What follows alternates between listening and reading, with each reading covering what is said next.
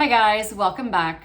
I had a lovely request from a friend of mine who asked if I would simply read my latest blog called What's the Point in Feeling Uncomfortable Feelings?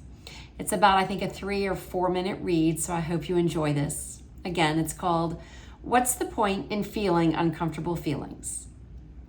This too shall pass was once my lifeline. During moments of intense sadness, fear, and hopelessness, the simple phrase, this too shall pass, seemed to get me from one breath to the next.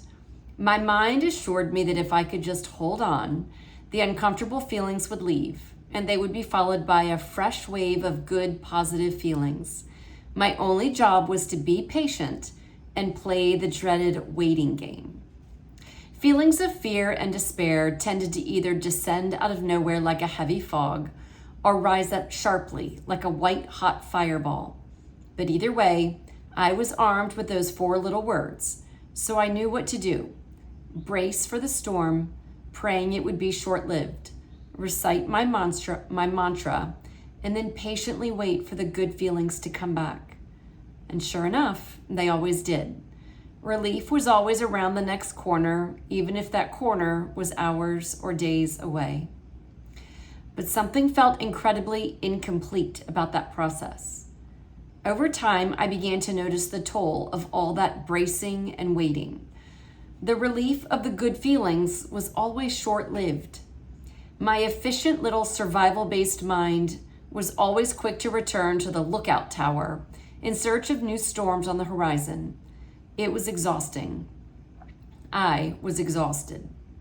Eventually, I realized that this was not the path to sustainable freedom and peace. This too shall pass, while certainly true, was never meant to be an actionable insight.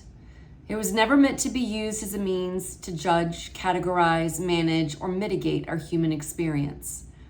It was simply a description. Everything passes because everything is energy.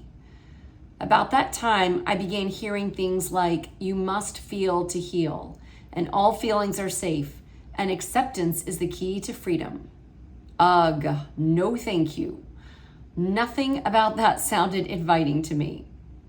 Until, by grace, I saw something I'd never seen before.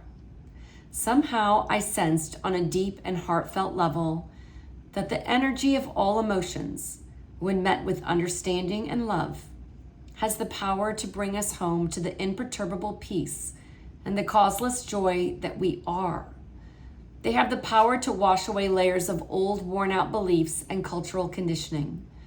They have the ability to cleanse and heal a system burdened by unmet expectations, childhood wounds, and long-held confusion. I began to picture those strong, visceral emotions as little scrubbers that scrape the barnacles of old sunken ships. It seems that, metaphorically, we each have within us our own little pools of energy that want to come up to the sunlight, up to the light of awareness, to be seen and understood for the first time.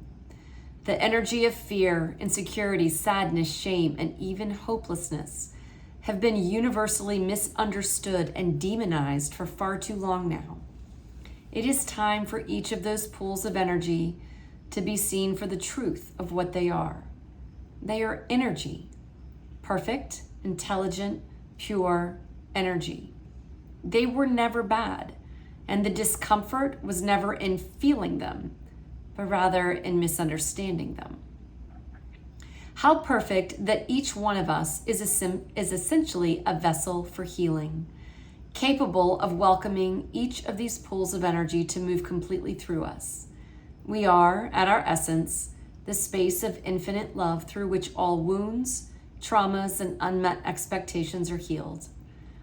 With each rising up of a new wave of emotion, whether it's fear, insecurity, shame, or rage, we are given the opportunity to heal, to have layers of old conditioned programming and misunderstandings fall away. We move ever closer to remembering who we really are. So now, when the uncomfortable feelings want to move through me, there is a grace that accompanies them. There is a wordless knowing that what my mind calls discomfort is actually evidence of change, a falling away of another layer that is not my essential self. Does this mean an end to discomfort? Of course not. Does this mean an end to the emotions that our conditioned mind calls unwanted? Nope. So then what's the point? We begin to return to what we always were designed to be: infinite freedom, imperturbable peace, causeless joy, miraculous love, and the ability to fully relax in the knowing that all experience is welcome. No feeling, sensation, or experience needs to be managed or controlled. There is intelligence in all of them. Last week I wrote this poem after waking up with an unexpected wave of insecurity. It was unusually strong and loud, so I allowed it to pour through me without resistance. These are the words that came through. Hello, old friend, you've returned. Sorry I didn't notice your arrival this morning. Was it when my husband left for work so rushed that he forgot to kiss me? Or was it during the phone call on my drive when the voice on the other end sounded angry? Was it the friend at coffee that was dismissive, distracted, and uninterested in my efforts to connect?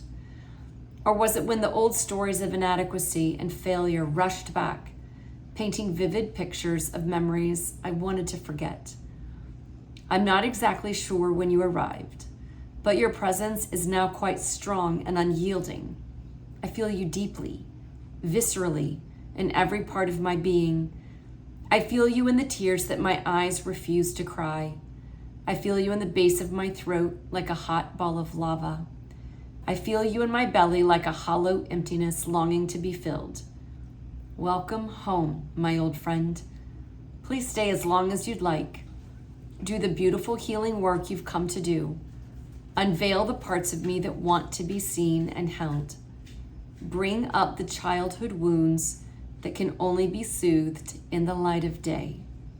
Remind me that I am the loving space through which all is healed. My arms are open wide to you, old friend. It is an honor and a blessing to have you home. A big giant thank you to Dave for requesting that I read this. Love you guys so much, and I look forward to hearing from you. Thanks.